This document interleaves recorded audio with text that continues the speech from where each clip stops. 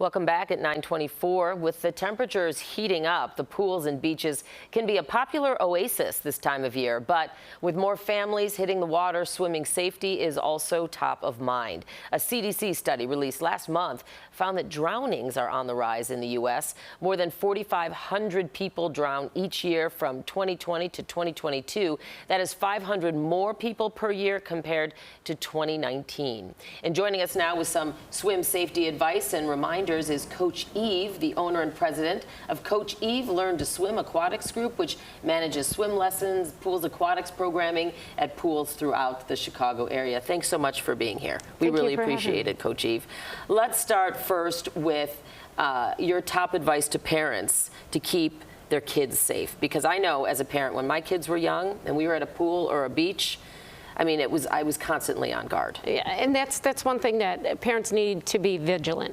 You know, drowning doesn't discriminate. It happens quick and silently. Within 20 seconds, 20 to 60 seconds, drowning can start.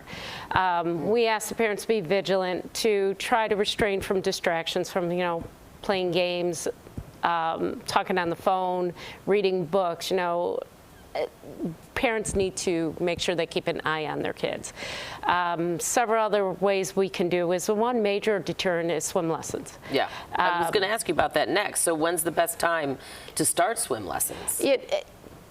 Pediatrics, they say between 6 months to a year. Mm-hmm. If we can get children in from between ages 1 to 4, we can reduce the risk of drowning by 88%.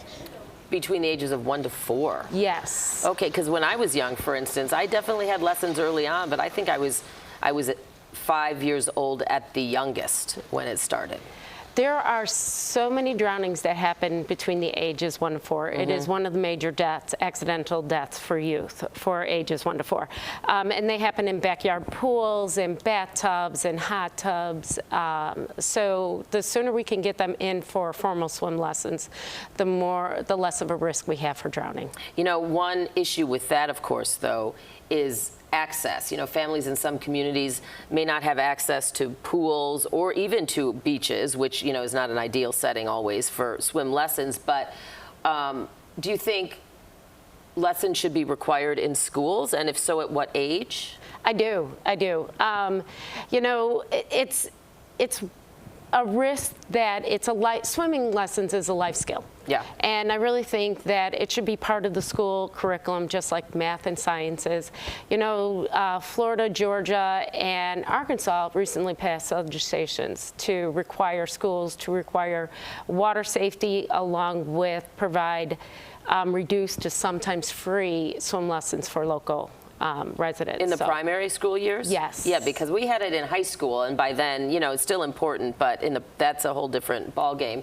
And finally, there is research that suggests the color of your child's swimsuit can help prevent a drowning. Do you feel that is the case? Why or why not? Yes, we can see, sometimes you can see colors better in water than others. Mm-hmm. But my fear is if we go in that direction, it gives a false security to parents.